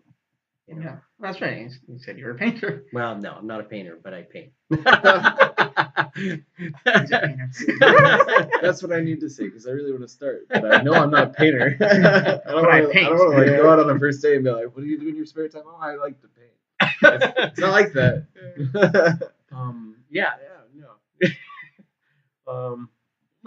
But you've dabbled in several areas on stage, writing and painting. Yeah. You may not be a painter for yourself, but you paint, and That's just another way of expressing yourself in whatever that is for you emotionally, and that's one without words, really. I don't know. Maybe maybe you talk to yourself while you do. I don't know. Well, I paint naked, so. There you go. All right. No, I'm just kidding. I paint nudes while I'm naked. I believe it. Should hear some of the stories. Should hear some of the stories of them growing up in Canada. At that point, I need another beer. Yeah, it's again, it comes to yeah, you love what you do. I'm gonna backtrack for a moment here. You said that your dad had the 2 projectors on his show films. Do you remember the first movie you saw? Wow. Or at least maybe the first one that affected you, that made you say, "I want to do that." Off the top of my head, I can't say. Well, maybe I can. There's a little later that came up for sure, but I can remember actually going to Vancouver. My parents went to Vancouver, and I went to my grandparents' house, and they had the TV on, and they were showing Star Trek reruns with Captain Kirk. Nice. Yeah. And really 60s Shatner. Yes. Something on the plane. Oh, sweet. Back up. Yes. Yeah, that's slow pause. Shatner's pause acting. I know. I love it. Yeah, I loved him. And he's Canadian too. Yep.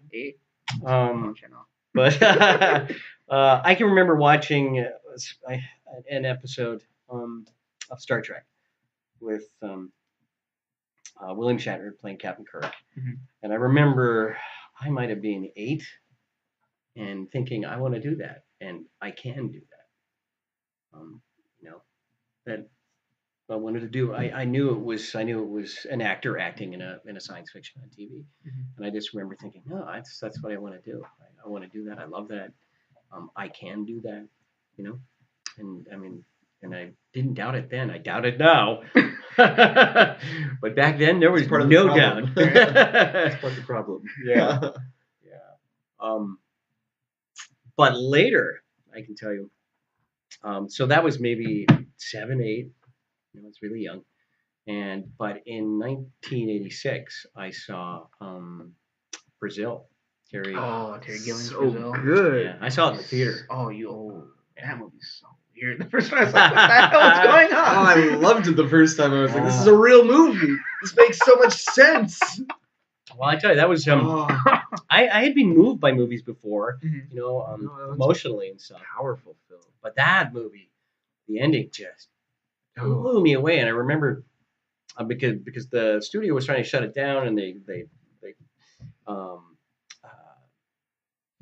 made it a really limited release, because they said you got to change the ending and make it a happy ending. And Terry Gilliam said, "I'm not going to do that." Rebel. And and so he released it the way he wanted it, and the studio tried to crush it. But I was lucky enough to see it in a theater, and I remember there was this woman sitting in the row in front of me, and she was weirded out at the end. She was pretty confused, and then it looks like it's going to be kind of a happy ending because you see this beautiful valley, and you see this house, and they're together in the house, and it looks like they're going to live happily ever after. And she thought that was reality. She wasn't, I realized that can't be real. None of that can be real. But she didn't get that. She really thought that was the ending, and so she started laughing. I heard her saying, "Oh, what a stupid movie! What a dumb ending!"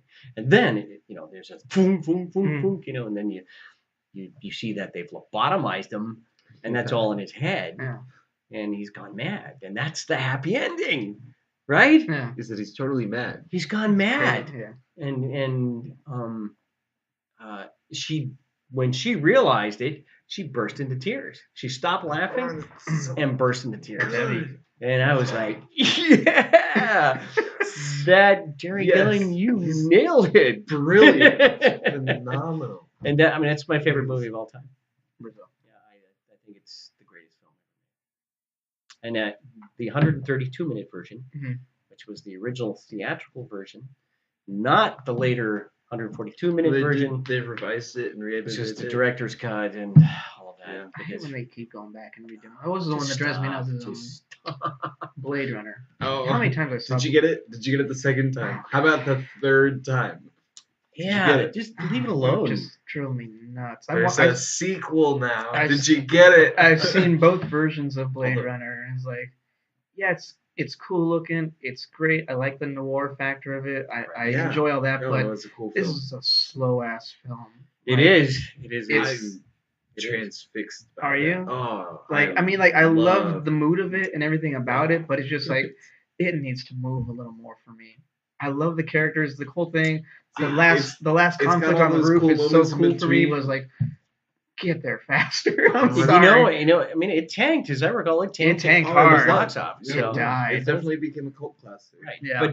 But I actually love it. I'm like you. That movie just has me from beginning to end. I'm transfixed. There's all the moments between dialogue is filled by cool science fiction, just atmosphere. And the stuff they're getting at. I mean, they're getting some really deep what the story's about. And I just love the way they portray the universe in the first part, and they take their time doing so. And then the story itself. And they do a great job of world building. Right. I like that, but just like.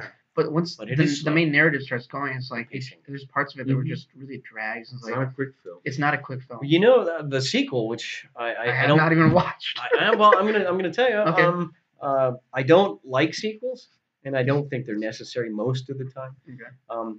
But this is a successful one. In my opinion, I think it's fantastic. It fits to it because it really connects with the original film. Well, it has the same kind of pacing. It connected, and I feel like really. Oh God! Don't tell me that. No, it does. Well, it's got some of the modern appeal too. But there's definitely there's much of the film is like they're just sitting there. It's mood and setting. Yeah. No, I mean but every word they're saying you have to hang upon because it's really important. Yeah. And there's these little lines that someone says offhand that later on it comes back later. Oh, I should have listened harder there. Yeah. And wow, it's brilliant writing. Yeah, I most of the time sequels just don't seem to come from the same universe. It's I think Prometheus is a great example. Because suddenly they have all this technology that didn't exist in the film that's supposed to take place after. Yeah. And I was like, what? I mean, why do that? That makes no sense to me.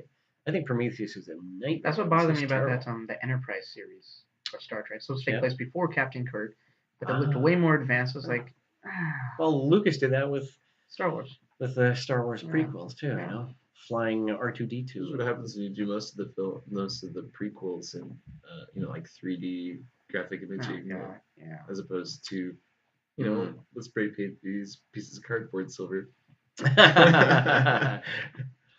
It's brilliant, by the way. Their sets and design of the whole Star Wars series is phenomenal. The original two, I think, are great. They're great. The third one, Jedi's a little lagging. Jedi, the last half when as soon as they bring in the teddy bears, the movie goes downhill. Although I love the final confrontation between Luke Skywalker and Vader. That's powerful. It is. It really is. And I was hoping that the last half of that movie would maintain that, but it doesn't. Oh man, it turns into a stupid kids movie. Yeah, some of my friends and I believe that Star Wars is the greatest science fiction that was ever written. If anyone except George Lucas wrote it. Yeah, it's the coolest universe. If only. Then you get all these moments. Yeah, it's what I don't understand. Like with the prequels, is Lucas had people like Spielberg check out cuts of the film, and how could they all see that and miss it so badly, right? Yeah. I mean, did they just not say anything because they didn't want to offend their friend or whatever? Because they were obviously lacking something, and Lucas admits it now that maybe he went too far. And I've heard reports of actors like reading scripts saying, "Wow, this is silly. Are we actually doing this?" Yeah, McGregor said, that he said, "Oh, I've got to deal with the Force now or whatever," and so he crunched numbers in his head. that's how he he looked like he was dealing with the force because he was kind of I'm doing math. Right, he's doing math. Math 7 times that. Because it was 64 over 8. So I don't know. I don't know.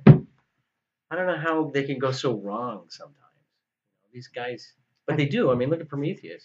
I think part of it is pressure. I think part of it is in looking at it is your fan base is the expectation of your audience has so much and that's the thing that actually drives me nuts about it sometimes.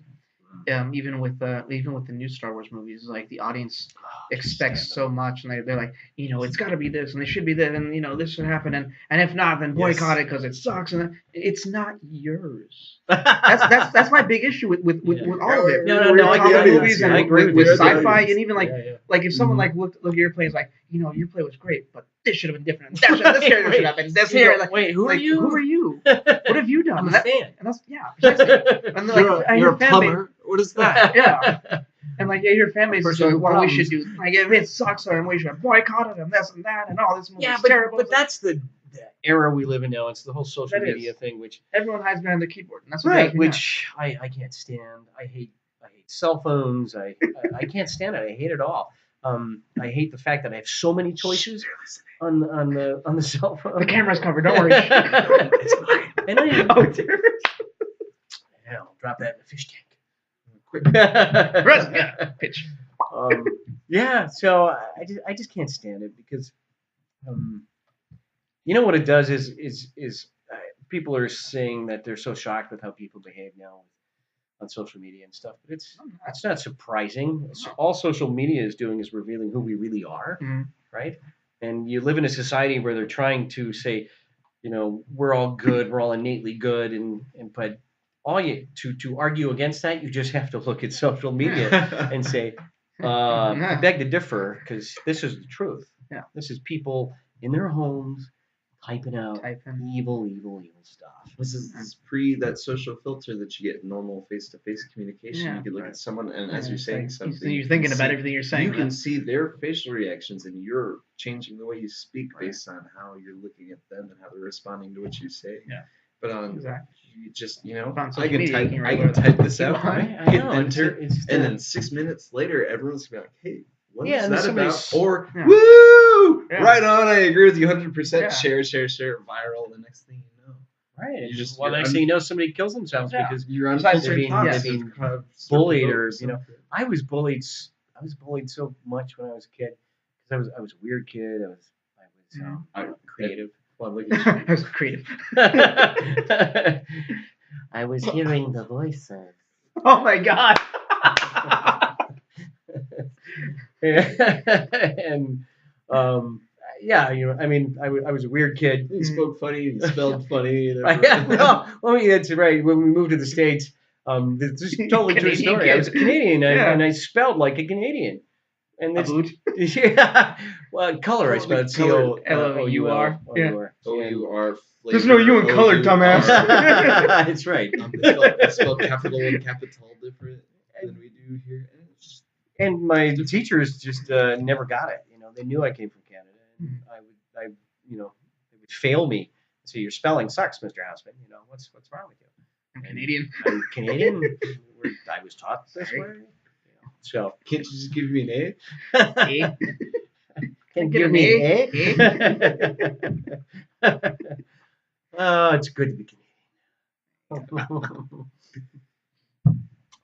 Yeah, but social media reveals who we really are, and I think that's a big thing that I also write about. Is when we have a university president has to step down because she gave a speech, commencement speech during graduation, and she mentioned the fact that our human natures, being what they are, being that they're dark, naturally dark, that we have to rise above the monster and try to live a good life and stuff. But she was saying that our human nature is naturally dark, and that we have to strive to be good. Yeah. And she got reamed for saying that, and she had to apologize, and she eventually had to step down. As I recall, she had to step down. I know she apologized for sure. That kind of goes against the everyone gets a trophy narrative. Well, no, that's the thing. That's the era we live in now. You know, where we're all good inside. We're all these little angels, and the truth is, social media makes it really clear what the truth is. What human nature is, and rewarding mediocrity. Yeah. Just I remember looking back at growing up, in the early '90s and such, like going back through like all my old stuff as a kid. It's like, oh my god, I had a trophy here from baseball. We sucked every game. Why do I have this? I actually pitched it. I got rid of it. Like, right? No, I can't do that. Like, what good is that? What good is that? It does nothing for me. How well did you pitch it? I actually did win some pitching contests. I actually wasn't that bad of a pitcher. So you're better than me at baseball. I'm not that great at baseball. I didn't hit shit for an entire season. I walked or struck out every game. It was bad. Hey, sounds like me. But I mean, like looking at stuff like that and just like knowing nowadays with kids now, just like that's what it is. It's just like, oh my god, all you're doing is you're handicapping them in the worst way. Right. And by giving them the handicap, and they don't know it. Yeah. And one day their boss is going to yell at them and fire them. Oh yeah. And they're going to be like, what did I do? And real life's going to come along and hit you like a train, and you're just going to be hurt. Right. And you're going to cry. And it's not going to care. No one's going to care. If it's triggered something. No one's going to be around to care. If it's triggered something in you and made you vulnerable and sad, it's not going to care. It's going to run right over you. Mm-hmm. And I was going to set its teeth. It's going to shred you up. Yeah. Oh yeah. No. I'm really kind of wondering what's going to happen, when that starts with this generation that's been raised this way, when life really gets them. When they get a little older, and it's okay. The government keeps pushing adolescence back farther and farther. A few years ago, it was 18, 19, 20. I think it's like 26 nowadays. It's the end of adolescence. Is it right? Yeah, I think something 26. Around there. Yeah. So it's just kind of been following this generation, like infantilization. We gotta keep them young. We're keep still them docile. They might cry. We're still young. We're still children. We're in our 30s now, but we're still babies. Right. Yeah, the infantilization of it's just of the populace. Japan. It's so different than previous times. They're struggling with it because the men, you're talking like people in their 30s, or 28, 30. I mean, they're like children. Mm-hmm. They're behaving like children, and it's a huge problem in Japan right now. They don't want to have sex. They don't. All they want to do is play video games and just live in mom's basement. What happens when mom's dead and they gotta you gotta pay the mortgage still, right? Because that house is not paid off. Yeah. It's a rough thought, and like it's coming on like the tail end of that. I guess the beginning of that, when they born in the 80s, raised in the 90s type thing. You're just at that. I always look at my generation as like we weren't supposed to be here type of thing. Like we're the product of teenage sex. Basically, is what we are. We are the product of kids in the 80s having sex. That's what I am. Where's Jason Voorhees when you need him? Damn it. He was at Crystal Lake. He was in California or Mexico. What the hell? Move south, buddy. Get out of the Midwest. But I see myself as part of that generation. Like, you had my parents, were born in the 50s, and then you had kids born like in the mid 60s, early 70s. And then that should have jumped all the way to like 90. Like no one should have been born past like 82. There should have been a dry spell for 8 good years. Then you start popping them out in 90. For that generation, it's like, what happened? We're not supposed to be here. Run away. Right? And so I'm stuck like in that middle ground of, still having that kind of older mentality of doing the work, and while along the same time you're still getting participation trophies and pats on the back for every little thing. Oh, you farted, good. There you go, trophy. You did it right too, so there you go. Type of things like your pitcher's a little flat, but right. Your pitcher's flat, but you present so nice, so here you go. Yeah, right. Type of thing. It's like So it's strange time. It's conflicting. It's like that whole kind of man-child thing.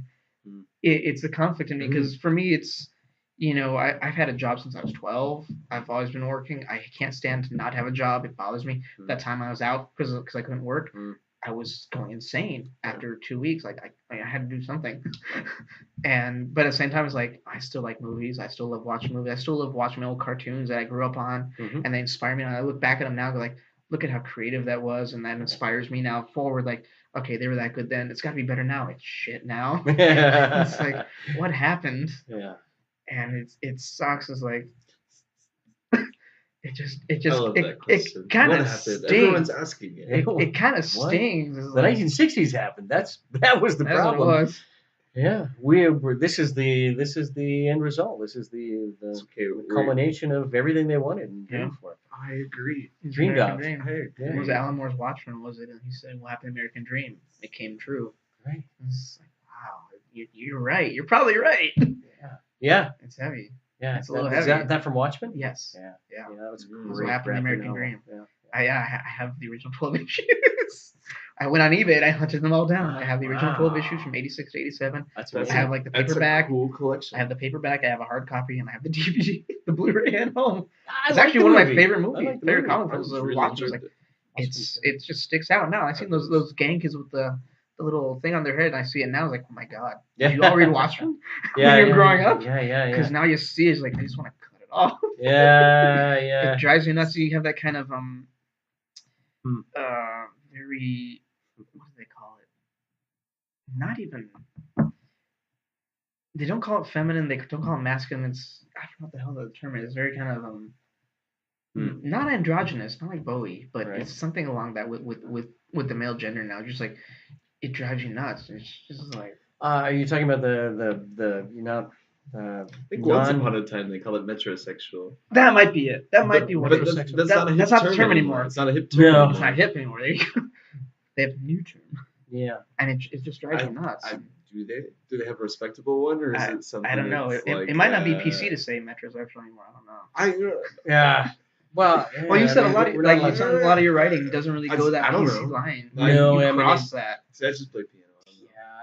I'm sorry. I just no, I'm not sorry. I don't apologize. Yeah, don't be sorry. Don't ever apologize for your art. What the hell? He's just being Canadian. Apologize. Yeah, that's right. No, he's being Canadian. That's the BC coming out of him. Yeah, boy, man. Yes. But my work does challenge that. I've written a short play recently that got published called The Young Man. Okay. And The Young Man it's just about an audition. And it's taking place in a community theater. I like this. And they're doing. You read this one? I've read parts of it. Okay. But we've spoken so in depth about this. Yeah. And I think it's powerful. Well, it's funny. It's hilarious. More than anything, it's funny. I hope. But yeah, it's definitely got something to say. Yeah. And they're doing their callback auditions for A Streetcar Named Desire, and the director. This cynical director, probably smokes. He's been in theater a long time, and he gets all the actors that are coming to audition for Stanley Kowalski. Mm-hmm. He gets them on the stage. He says, "Everybody on the stage, and let's take a look at you." And he lines up, and then there's this young man who's short and blonde and blue-eyed and hairless. And he does not look like Stanley Kowalski, who's, a big Polak. Polak and rough and crass. He's crass and he's hairy and he's ape-like. Yeah. And God, I read that play when I was at Adult. Yeah, I read that show. Yeah, I mean, it even says his character description, ape-like. I'm pretty sure ape-ish or something like that. Anyway, the director says, no, off the stage, you're auditioning for the young man, because there's a character in the play where this young man is selling newspapers, something like that. And he's a young man, and Blanche Dubois tries to seduce him. She plays with him, So it's a small little part, and in my play, the young man is there to audition for Stanley. He doesn't want to audition for the young man. He wants to play Stanley because he's an actor. He can act. I can do it. But there's the reality of what he looks like. And he can't do it. You just can't do it. And so the director says, no. You can play the young man because, sorry, dude, that's what you look like. You look like a little Dutch boy with your fingers stuck in a Dutch dike. And so they ended up having this big argument about, what he can and cannot do, and the reality of theater and the reality of life. Mm-hmm. And finally, the young man gets to a point where he says, well, I've been taught that, theater is a place where a protective place where, anybody, of any gender and any race and any sexual orientation and whatever, they can do what they want here on the stage because we're protected, we're safe. And the director says, well, no, theater isn't safe. There's nothing safe about theater. Mm-hmm. And he challenges the young man challenges him to the director to allow him to audition for the part. And the director's kind of beaten down by the young man's arguments. So he says, okay, I'm going to let you audition, but you have to play by my rules. And the young man says, fine. And the young man had mentioned that he's kind of improvisational. So the director says, we're going to do a little improv. And he said, you can do the famous Stella scene that Marlon Brando made, Stella, my baby doll, and but you have to use whatever I suggest. And the young man says, okay. And so the suggestion is Hitler. So the director decides, that's it. You have to incorporate Hitler somehow into this audition piece. And the young man ends up coming on stage, and there's this big number where he comes on stage as Hitler, and he's got an accent, he's doing Hitler, and he's got a palette. Einzeln, show me your papers. And he does the audition as Hitler, auditioning for the part of Stanley. Oh wow! And so he's going Stella, But anyway, all that aside, it ends up with the young man has a lot of talent, he has a lot of passion, and the director says, okay, you're in the play. We're going to cast you. And the young man says, yes! And the director says, as the young man. And the young man says, I'm not going to play Stanley. And the director says, no. And so and the guy wants to be in the play, so he takes the role. That's the end. But, the point is that theater isn't safe. Trigger warnings and safe spaces are totally bogus for theater, and real life doesn't deal with safe spaces and trigger warnings. Well, this reminds me of the actor, I forget his name, but he used to play like the East Indian characters. Peter Sellers. Yeah, Peter Sellers. And he was always playing these kind of... Kato, my little friend! I'm going to quote-unquote Pink minority... Panther. And he's funny. He's a funny man. Always playing these characters, but not in like an offensive, racist way. He's like learning the culture, and he's trying to portray this character as an actor. Yeah. And then I feel like today, that'd never fucking fly. So true. Yeah. No way. We have the transgender community getting angry because a straight person played a transgender character. Yeah, right. Once. And it's like, they're actors. It's part of it. You have to understand that you are playing. Is this a reality show? It have to be a reality. Right. Well, is this a reality when you're show? Acting, when you're writing, you don't have to go out and kill somebody to understand what it's like. But it's when like. You're acting, you could be whoever you want. Yeah, that's the point of it. Right? And develop that stepping into someone else's skin. Right. And that's, I think, that's offensive today. And looking at like, you're bringing that. Lost it. Precisely. You look at like when John Wayne played Genghis Khan, or when Mickey Rooney played the what was his character in Breakfast at Tiffany's? Yeah, Breakfast at Tiffany's. Yeah, he played the neighbor who was Japanese. Like, and you're like, oh my God, it's so offensive now with the hair. Like, this was the '60s, man. It was not offensive. No one went away crying from that. It was a comedy. It's a box office. Well, I mean, you've got Mel Brooks. You got. In Blazing Saddles. Oh my! You would never see that film done today. I even looked at old. I looked at old. Not today. Probably one of my favorite pieces I ever seen on Saturday Night Live. I found it online. Was Word Association with Chevy Chase and Richard Pryor.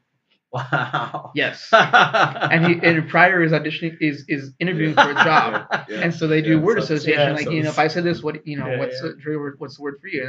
And they go back and forth, and they use racial slur in that. Yeah. And you're just like, this would never fly on TV. You'd have letters of people up in arms, and that show would be canned. They're fired. Like they would fire people left and right for that show. Yeah. Oh, absolutely. They'd fire him for doing it. He'd fire him for saying it. And he would never come back as a host, and this and that. And Hollywood's so afraid now. Yeah, they're terrified, and so they're going way too extreme. Yes. To the other side. Yeah. And that's a shame to me because acting is about, experiencing things that you don't relate to or you can't, like writing about women or whatever. Culture and life from another perspective. Right.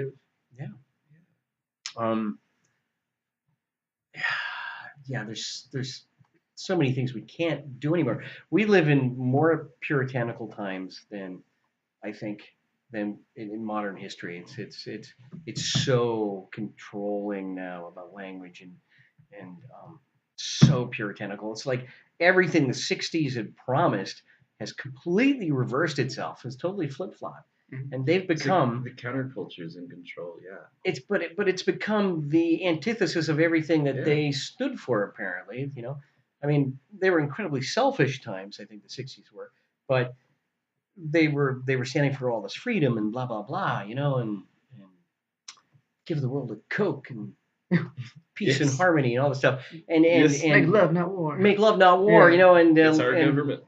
But it's like reversed because they're so angry now and puritanical.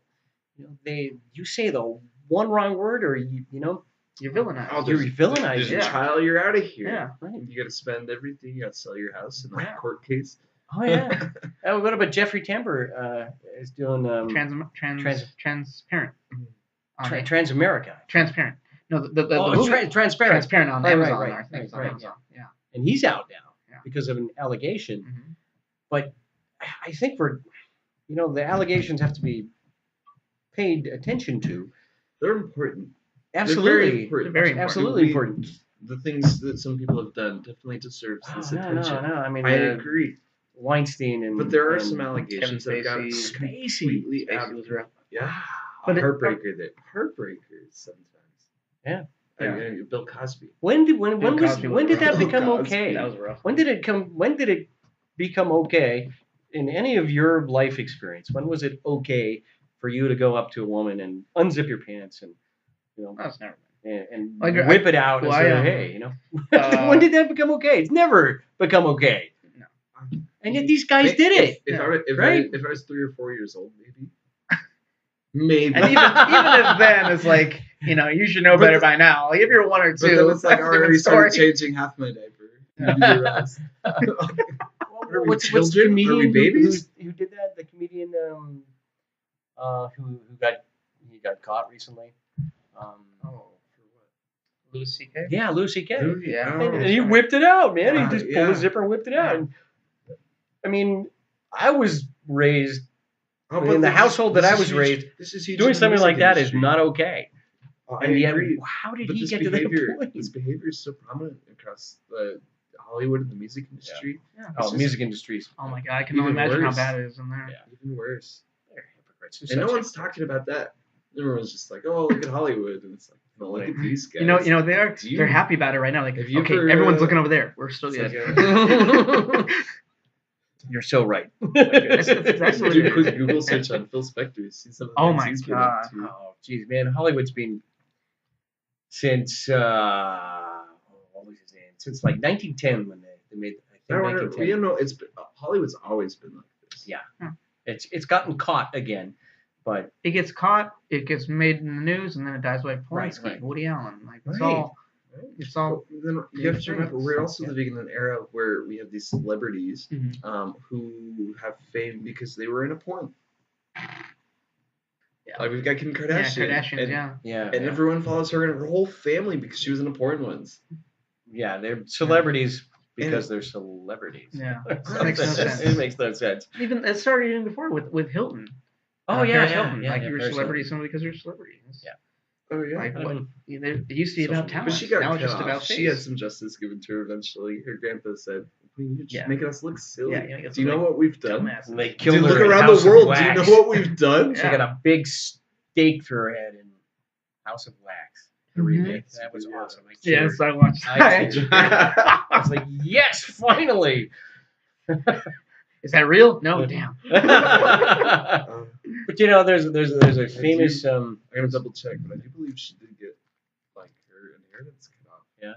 Because of her behavior. I'll double check. You guys keep talking. There was a movie made in the 1970s called The Marathon Man with Dustin Hoffman. Yes. And that's when they pull his teeth out, right? Right. He's drilling in his mouth. Olivier. Yeah. And I'm pretty sure it was this film. And there's a famous story, anyway, where like Dustin Hoffman like didn't sleep the night before, and he was because he's Mr. Method actor or whatever, and Olivier went up to him. So the story goes, if I'm telling it correctly, but it works with what we're getting at. And he said, he saw Dustin Hoffman all wreck and everything, and he said something like, "The trick, dear boy, is to act," and that's coming from an actor who played so many different kinds of people and roles, and who understood the nature of acting. And he's like the epitome of Shakespeare. Yeah, it's right. Olivier, Othello, and Hamlet. Right. And you look at him, it's like that's the bar. Right. That's the bar that everybody would like to attain. And he's still a reputable name, and like I want to be like Olivier. No, really.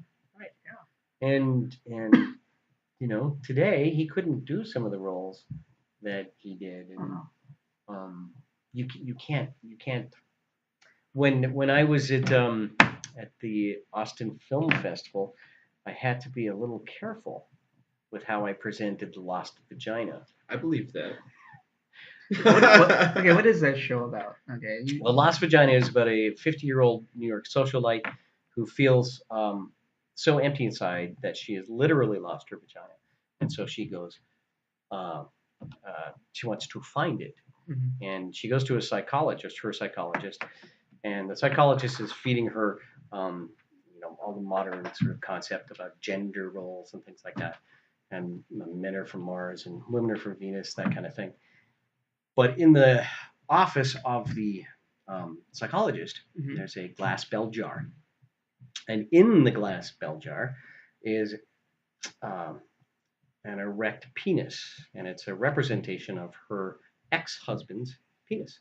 It's a mold of an erect penis. And so while the psychologist is giving her all this information, the main character hears this voice, and the voice says, "Psst, hey. And she looks around. She goes, what's going on? Who's that? Turns around, and it's the penis. The penis is talking to her. And he says, "Break me out of here, and I'll help you find what you lost." And so she does. She takes the penis, she breaks it out of the jar, runs out of the building, and it directs her through New York, going, turn left, turn right. She's got this big penis, and she she runs through Central Park when it's talking to her and, cracking jokes. I mean, it's a comedy. Yeah. And I hope so. It sounds like a South Park episode. Okay. Yeah, it's a little South Parky. Okay. And it finally takes her to the roller coaster in Coney Island. Nice. And it's famous for proposals and that kind of thing. And the penis says, "Hey, see, this is where you needed to be. This is where you needed to be." And she rides it. And as she rides the roller coaster, she remembers her youth, and she remembers her husband and all the stuff that she loved. And so as she rides it with the penis, she remembers what she lost. And when she gets off the roller coaster, her husband's there, and he's on a knee, and he's got his hand out, and she says, I found you again. So it's about connection. It's about connection between the genders. It's not about the differences. So that's the message of that we're not as different as everybody's focusing on all the differences. The men are from Mars, women are from Venus, it's like two different species, that kind of thing. But the point is that that's not really true. We're all humans. We live on planet Earth, and we have a lot of similarities. Sure, there are differences, but we're more similar than not, right? Yeah. And so that's the point. And you get a good laugh along the way because there's a lot of penis jokes. It's one big long dick joke, really. So, but in presenting that, I had some women, one time I had like 5 or 6 screenwriters, and they arms folded, all women, and going, so what gave you the right to write about a vagina? I believe that. That's the problem, though. Right. That is the problem. That's the point of the whole script. Yeah. That's the problem. We're not from Mars. We're not from Venus. We're from planet Earth. I experienced this too, from a different angle. Didn't you write for, or did you submitted a script or something to like a Hispanic theater somewhere? Yeah. And yeah, they wouldn't even touch it. Really? Yeah, because I'm not Hispanic. But what was the story about? That's Burning Vonnegut. It's Yeah. about the two Hispanic sisters. That's right. Two Hispanic sisters. See, but that's the problem. Two Hispanic sisters walk into a bar. No, but the jokes are written by a white guy, so we're gonna throw the shit in the can. Now it's not good. Well, no, but it's they not wouldn't good. touch it, and they actually outright told me. They said, "No, we're not. It's because you're white. Because you're white, and you don't know. You don't know." And but see, that to me is there's going back to the beginning of all this. In my what inspired me to do a podcasting was Kevin Smith. In Clerks 2, there's a lovely line where Randall is using a racial slur, and he's being told by Dante, you can't say that because you're not that. And he says, "Well, look at you, telling me I can't do something because of the color of my skin. You're the racist." And that's very real to me right now. And so it's like someone telling you, "Well, we're not going to do your script. It's offensive because you don't know because you're not a Hispanic woman. Right. You're a white man, right? Or you're not a woman. You're a man. Right. You don't know, so you can't be doing this." That is in its own form a racist sexism and racism. That's the thing that drives me nuts is they don't see it. The counter is equally as much on the scale of racism as that's, racism is. Yeah, they don't see it because they think they're doing it for the greater good. Yeah, and that makes them heroes, and so makes what they do makes their hate right, makes it good. Yeah, right. So it's okay to hate. It's like the best form of hypocrisy you ever saw. Right. But it's totally true. It's in their mind, it gives them a lot of wiggle room, where they can hate. It's okay to hate. Yeah, because I'm doing it for this. Because I'm doing it for this good cause. Yeah. And I don't know the Nazis. But history, I say history has probably done the same thing too. I'm doing it for this cause, so it's okay. Right. And going back to the movement of the Indians, World War II, any type of genocide, anything like that, is always, I'm not the bad guy. Right. I'm doing this for the greater good for the people who are going to come after me. Right. In any way, shape, or form you look at it. And that's the problem is we're not looking at it the right way. Right. So it kills me. Yeah. Which is why I wrote that. I wanted it to be funny, but I also want them to think a little bit about it. So there were screenwriters at the festival who got it. Yeah. Some of the women didn't, and they really. I think people forget the point of satire, even what it means. Oh, right, satire. They forget the definition of words. Dying art. Totally lost it. Like Monty Python, you couldn't do Monty Python. You could not do any of John Cleese has pretty much admitted that. You'd be lynched. Yeah. You couldn't do Life of Brian now. You probably couldn't do Holy Grail. The large semi truck would come out of the corner and hit you in the middle of the road. I haven't watched stuff on Faulty. I watched Faulty Towers again. It's like, you could not do this show now. It would be even stuff as like All in the Family. Jeffersons you probably couldn't do now. Moving on up, Different Strokes. You look at shows, you're just like, this would not fly now because it doesn't meet the PC line. Right. Of the what social it was. censors of our time. Yeah. And they're huge now. And it limits so much. Yeah, and in my life experience, this is the worst time for censorship that I've ever faced. Mm-hmm. As a writer, or as a how many times have you been rejected for censorship because you're writing something that's offensive, or you can't write this because you're a man, you can't write because you're not Hispanic, you can't write because you're not black, you can't write whatever. Right. I couldn't give you a number, but I can say that it happens pretty consistently. Yeah. I believe that. Yeah. And that's sad. Yeah, but that's only recently though. Okay. I'd say the last 10 years maybe. Where it's really just blown up now. It's really just getting out of control. Yeah, and it all ties back into the young man. Right. You're just you. It's how you look. You're that little white guy. You can't be that role. I get that. I'm you've met me in the last couple hours. I'm not a tall person. I've had a lot of that in my life. I'm not tall. I'm Hispanic. Uh-huh. I look young. I'm not as young as most people think I am, which is kind of works in my favor a little bit. But I've dealt with a lot of. I've dealt with racism in two directions. I've dealt with racism in the sense of you're not white. I've dealt with racism in the sense of you're not Hispanic. You were raised. I was raised by white people. My parents are white. My parents are Jewish, Polish, European. So it's like, I have no accent. I don't speak Spanish. But everyone at work speaks Spanish to me. It's like, I don't know what the hell you're saying. And then I've had white people, black people, Asian people all speak Spanish. And we're like, what are you saying? Right. I don't know what you're doing to me, man. Like, yeah. So you're assuming, okay, cool. Right. No, yeah, you're making an assumption. Yeah. I have a character in Dark Ages, a character who gets crucified. And he's a Canadian, but he's Hispanic. And the reason is he was raised in Canada. Nail him up. Let's go. He speaks French. He speaks French and English, but he doesn't speak Spanish. And then the story, his parents were killed in Canada while going on a ski vacation, and a wealthy French Canadian couple adopted him and raised him. But he knows nothing about Hispanic culture, and he doesn't speak Spanish, and that becomes an issue, in the play, because, well, and so, but anyway, it's Dark Ages is pushing all those buttons. It's nice. That's what I do. That's good.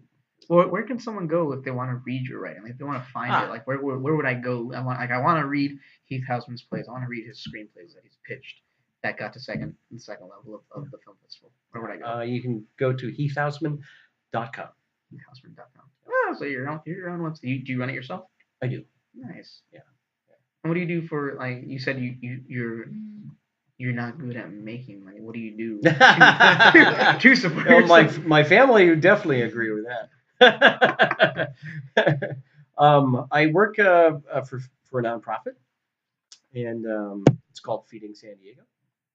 Really? And we feed about 65,000 plus people a week, needy families and homeless, anybody who just doesn't have enough dough to get through the week or whatever. So we're actually not a food bank. Feeding San Diego is actually a food distribution center. So we get the food in as fast as we can, and we get it out as fast as we can to the people who need it. So I work in the warehouse. So I drive forklifts, and I move food, and I get it to the trucks. And that's you do the fun stuff. Yeah, it's a lot of labor. Yeah. No, we get it. Yeah, you get it. So that's what I do to make a living. So you're doing what you have to do so you can do what you want to do. Right. I do some freelance work. So I write critiques. So if anybody wants me to critique their work, you're open to that. I'm open to that. So, and it's on my website. So you need to get back on the stage, man. Clearly, I think that fire is still in you. It is. See, you just need to find it. The fire is in me. Are you not entertained? That's a good movie. Yeah, that's maybe the last good. I was going to say movie that was the last good Ridley Scott movie. I agree with that. Yeah, he needs to stop. Alien's done.